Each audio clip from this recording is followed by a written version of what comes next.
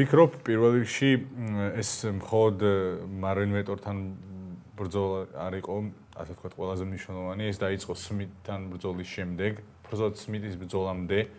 ამ სმითთან ნაკლები დრო მქონდა ფიზიკურად მომზადებისთვის. ვისწავლე ჩემი ემოციების კონტროლი. აგრესიული ვარ, აგრესიული ვიყავი სულ და აგრესიული ვრჩები. სამწუხარო თუ საბედნიეროდ, არ ვიცი. მაგრამ ამას კუთხე კარგია რა. კი, ვფიქრობ ამ აგრესიის კონტროლია. და ეს არის აუცილებელია.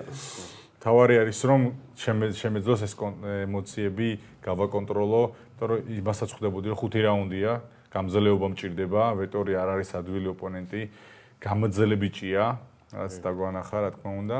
და ტექნიკასაც შეიძლება დიახ, ადრეც ვიცოდი ეს ვაკეთებდი ამ ყველაფერს, მაგრამ გააზრებულად აგრესიას ვაკონტროლებდი და ესე ვჩხუბობდი და ვიყენებდი უფრო მეტ არსენალს, რაც გამაჩნია.